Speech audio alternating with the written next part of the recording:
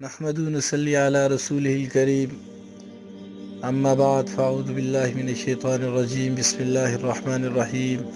یا ایہا الذین آمنوا کتب علیکم الصیام کما کتب علی الذین من قبلکم لعلکم تتقون صدق اللہ العظیم۔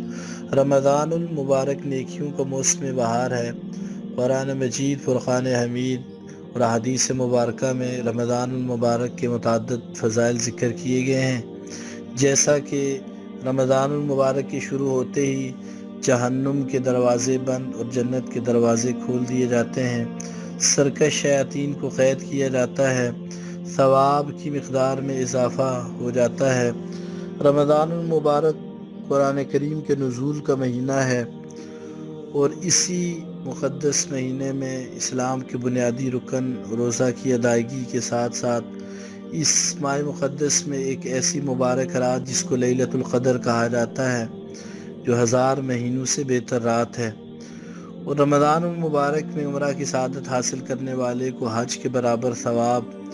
اور اس ماہ کی ہر رات میں بے شمار افراد کی جہنم سے آزادی اور گناہوں کی بخشش کی جاتی ہے۔ امی جان عائشہ صدیقہ رضی اللہ تعالیٰ عنہ فرماتی ہیں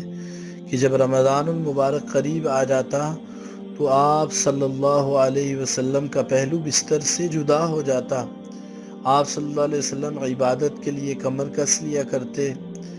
اللہ تعالیٰ سے آؤزاری کا خوب اہتمام ہوتا اور اللہ رب العزت کے راستے میں خرچ کرنے کا خوب اہتمام فرماتے تھے۔ ان ساری چیزوں سے ہمیں یہ ترغیب ملتی ہے کہ ہم بھی رمضان المبارک کو خوب اہتمام کے ساتھ گزاریں، قرآن کریم کی تلاوت کا اہتمام ہو، عبادات کا اہتمام ہو، اور اس کے ساتھ ساتھ اللہ تعالیٰ کے راستے میں خرچ کرنے کا اور اللہ تعالیٰ سے مانگنے کا، پاکستان کے لیے، اسلام کے لیے، مسلمانوں کے لیے، سب کے لیے مانگنے کا خوب اہتمام ہو۔ اور اس کے ساتھ ساتھ جو مسلم اسٹوڈنٹ آرگنائزیشن کی رمضان مبارک کے حوالے سے پالیسی ہے، استقبال رمضان ہے، افطار پارٹیاں ہیں، اور اس کے ساتھ ساتھ شب بیداری ہے،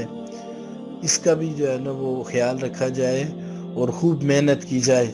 اللہ تعالیٰ کی ذات سے امید ہے کہ اگر ہم رمضان المبارک کو ان ساری چیزوں کو سامنے رکھ کر گزاریں گے تو اللہ تعالیٰ ہمیں اس کی تمام جو فضائل ہیں اور تمام برکات ہیں وہ سمیٹنے کی توفیق عطا فرمائیں گے۔ وآخر الدعوانا الحمد للہ رب العالمین۔